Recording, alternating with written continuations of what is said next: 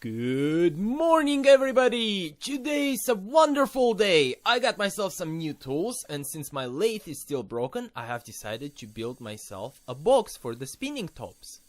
To start off, I begin by using my brand new Mitre Saw, and I cut oak I bought from Home Depot to size. Right after, I proceed to drill 2 holes in one of the pieces. As you can see, I'm not doing the best job, nor have any idea how to use hole drills yet.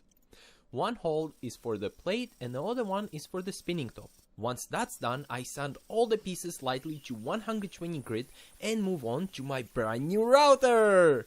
Here I am just using router to round off the sharp edges of the circle so that when I put the plate in there, it won't scratch it all up. Or at least I hoped it won't. And once that is done, I butt joint everything.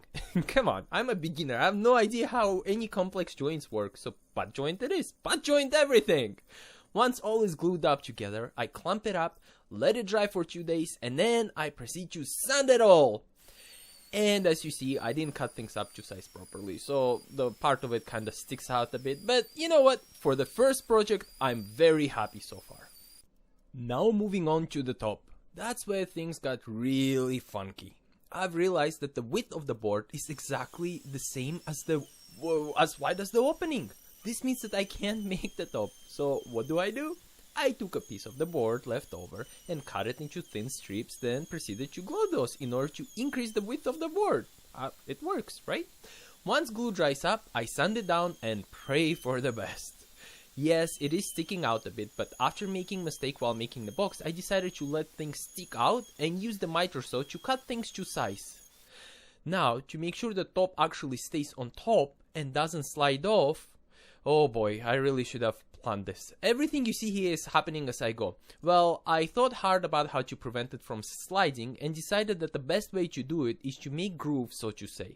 So I cut myself more strips of wood and then proceed to see if I can somehow glue it properly. And it works surprisingly well! My expectations were shattered, and if you place the lid just the right way, it actually ends up looking quite flush. Awesome! But let's be honest, no matter how hard I try, of course, it won't be super flush. So what do? I proceed to sand, route until it looks kind of flush. In order to make sure my thin stripes do not get ripped off while I sand or route, I clamp the whole box. I sand everything down to 360 grit, then I proceed to use router to make edges smooth. And if you can't tell by this point, that's the only 2 router bits I have right now, so I'm going crazy with them, and I'm learning how to use the router. Then I sand things down some more, and I have a decent looking box on my hands. I was quite surprised by this point. So since I'm content with how it looks, I decided to oil the whole thing and bask it in its glory. Except somehow the box refused to drink the oil. I can't quite understand what happened here. When I churn things, wood drinks oil. With this board, it refused to do so, and I mean, maybe it's oak, I'm not sure, it's very confusing. Anyway, I tried to force it to drink for 3 days until I just gave up, not to mention oil started to form film on top. And I should have left it at that. Except there was a sale on Dremel, so I bought Dremel. Time to carve! I ended up carving Carefree Living on the box, sanded everything, and realized that it looks like crap. So what do? I go and buy a burner off of Amazon. Lesson is, never buy anything off of Amazon, especially off-brand. This burner was horrible. What you see here is sped up by a lot. It took me close to 5 hours to burn this. This stage took me twice as long as the making of the actual long. Needless to say, I returned this burner to Amazon right after this video. And with this, the box was done! I'm happy with how it turned out in general, and have learned a lot of lessons.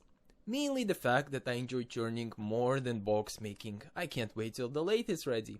Also, I apologize for this horrible demo video at the end. I was messing around with masking background and ended up losing the original file.